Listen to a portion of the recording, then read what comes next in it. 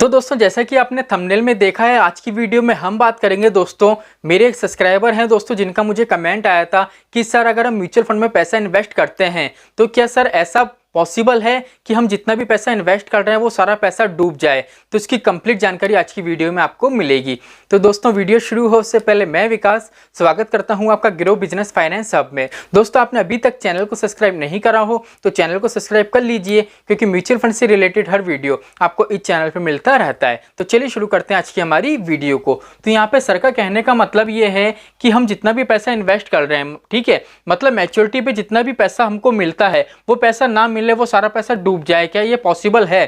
तो यहाँ पे दोस्तों एक चीज यहाँ पे दोस्तों देखो, म्यूचुअल फंड में दोस्तों जब भी हम इन्वेस्टमेंट करते हैं, जैसे मान लीजिए आज मैं आपको स्मॉल कैप कैटेगरी का कोई फंड लेता हूं जिससे आपको पता चल सके। जैसे मैं ले लेता हूं दोस्तों क्वांट स्मॉल कैप फंड।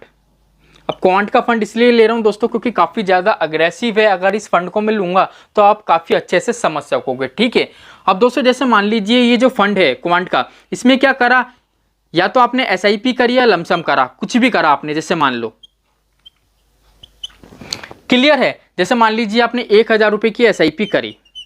पूरी वीडियो वॉच करना, स्किप मत करना, स्किप करोगे तो जो समझाना चाह रहा हूं ना वो चीज नहीं समझ पाओगे।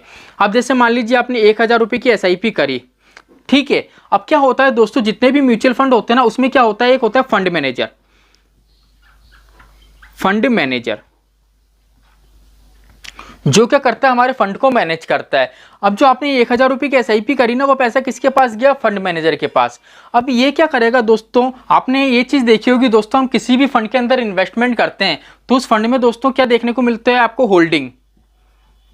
होल्डिंग आपको देखने को मिलती है। जैसे आप क्वांट स्मॉल कैप में देखोगे तो उसकी होल्डिंग आपको देखने को मिलेगी 93।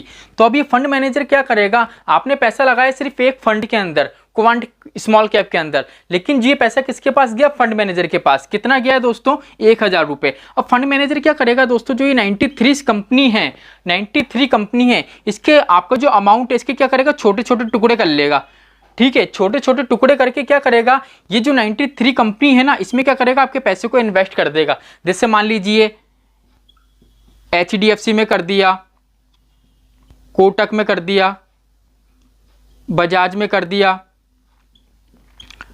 IDFC में कर दिया, एक्सिस में कर दिया, ठीक है। तो ऐसे क्या करेगा, छोटे छोटे टुकड़े करेगा आपके अमाउंट के और 93 कंपनी में क्या करेगा, डिवाइड कर देगा, उसको इन्वेस्ट कर देगा। अब 93 मैंने यहाँ पे क्यों लिखा है, क्योंकि जो हमारा फंड है इसकी होल्डिंग कितनी है, 93, ठीक है। आप दूसरे फंड में देखना, उसकी किसी की होल्डिंग 100 होती है, किसी की 150 होती है, किसी की 50 होती है, किसी की 60 होती है, क्लियर है। तो इसकी 93 है, तो 93 कंपनी में क्या करा, इसने अपने पैसों को क्या करा, डिवाइड करके इन्वेस्ट कर दिया।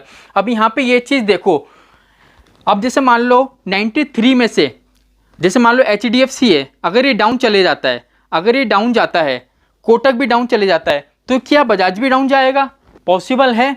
क्या IDFC भी डाउन जाएगा, एक्सिस भी डाउन जाएगा? कहने का मतलब ये है 93 है, 93 में से क्या होगा, जैसे मान लीजिए अगर 40% डाउन जाती है तो कम से कम 60% तो आपकी अप जा रही है ना, 60% तो अप जा रही है। ऐसा तो है नहीं कि जो 93 में पैसा लगाया है, जितनी भी कंपनी में पैसा लगाया है वो सारी कंपनी एक साथ डूब जाए, पॉसिबल है? ये तो पॉसिबल है बिल्कुल भी नहीं है, क्लियर है। क्योंकि म्यूचुअल फंड दोस्तों, भारत का जो म्यूचुअल फंड है, जितना भी इतिहास है दोस्तों भारतीय म्यूचुअल फंड का, आप उसको उठा के देख लेना, ऐसी कोई सी भी कंडीशन नहीं आई है कि जितनी भी होल्डिंग है वो सारी की सारी नेगेटिव चली गई हो। क्योंकि दोस्तों जो ये फंड मैनेजर है ना, इसको हम जो पैसे दे रहे हैं एक्सपेंस रेशियो के रूप में, वो इसलिए ही दे रहे हैं क्योंकि दोस्तों ये काफ़ी दोस्तों समझदार है। अगर इसको नियुक्त किया गया है तो वो सिर्फ इसलिए नियुक्त किया गया है क्योंकि दोस्तों इन्वेस्टमेंट का काफ़ी ज़्यादा ज्ञान होता है। जो क्या करता है, इन्वेस्टर के जितने भी पैसे होते हैं उसका मेन मकसद यही होता है कि जितने भी इन्वेस्टर हैं, अगर उनका पैसा आया है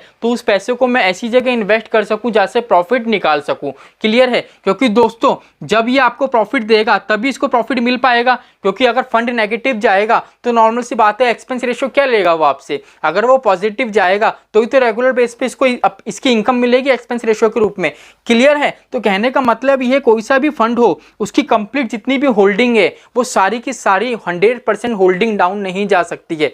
अगर 20% डाउन जाएगी तो 80% अप जाएगी, अगर 60% डाउन जाएगी तो 40% अप जाएगी, क्लियर है।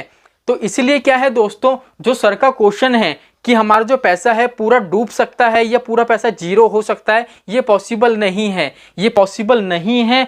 और दोस्तों जब तक म्यूचुअल फंड है ये चीज़ बिल्कुल भी पॉसिबल नहीं है, क्योंकि जितनी भी होल्डिंग वो एक साथ पूरा कंप्लीट मार्केट दोस्तों एक साथ नेगेटिव जा ही नहीं सकता। क्लियर है? तो इसीलिए दोस्तों आज की वीडियो में मैंने आपको कंप्लीट बता दिया है दोस्तों, जिससे इजीली आपको समझ में आ गया होगा। तो चलिए दोस्तों आज के लिए इतना ही, मिलते हमारी नेक्स्ट वीडियो में।